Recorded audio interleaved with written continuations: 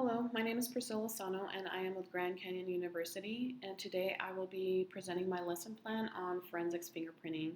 The objectives that I plan to cover are how fingerprints are formed, discussing if fingerprints may be obliterated, comparing fingerprint patterns and their subclasses, identifying minutiae embedded within one's fingerprints that help to make all fingerprints unique, and performing lifting techniques used on various surfaces.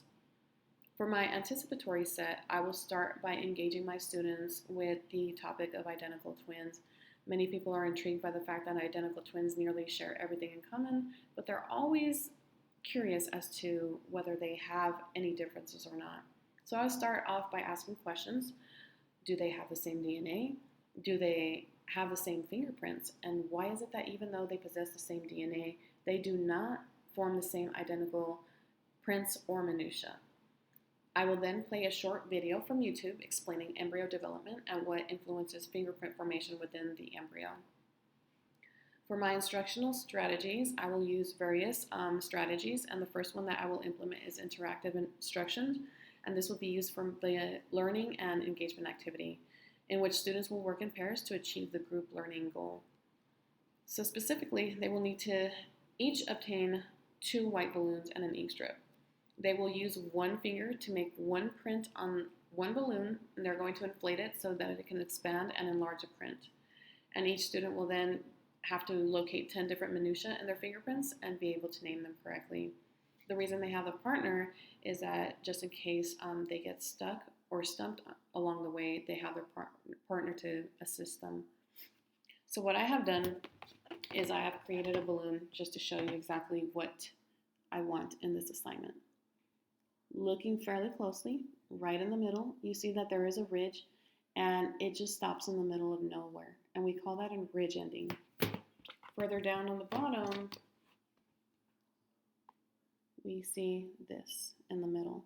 So we have one ridge and it bifurcates to form 2 separate ridges, and eventually they do merge again to form one ridge.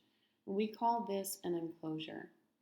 Now these minutiae, along with various other ones that are found within individuals' fingerprints, are found in different locations within every single print, and that's specifically what makes every print different from one another.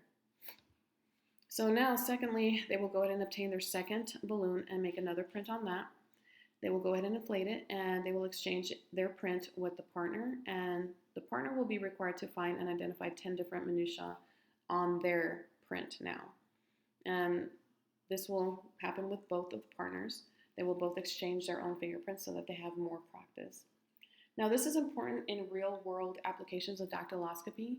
So most people think that whenever there is an unknown fingerprint found at a crime scene, it's simply run through AFIS, which is the Automated Fingerprint Identification System, and AFIS determines the match, and that is absolutely untrue. Whenever there is an unknown, it's run through AFIS, and AFIS will obtain a few possibilities for matches. And it is then the responsibility of the fingerprint examiner to compare the minutiae on the crime scene sample and that from AFIS to actually produce or obtain a match. For my assessments, I would like to implement both a formative and a summative assessment.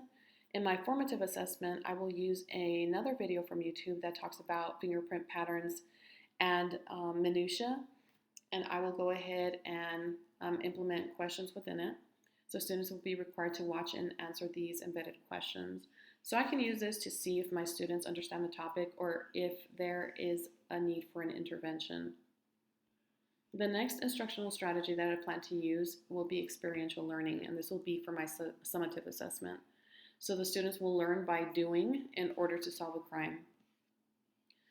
More specifically, students will end up processing a simulated crime scene. Prints will be located throughout the scene, so once they locate these prints, they will be required to develop the prints using lifting techniques, and they're going to submit that to the lab for processing. The fingerprint pattern will be identified, so they will tell me whether they have a loop, a whorl, or an arch, and 8 to 16 minutiae will be located in the print to match it with potential suspects.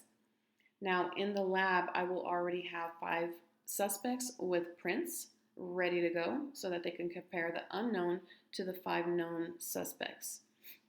Now they will need to locate the same 8 to 16 minutiae found within the crime scene print with the suspect's print in order to be able to tie one person to the crime scene, and ultimately they will solve the crime at that point.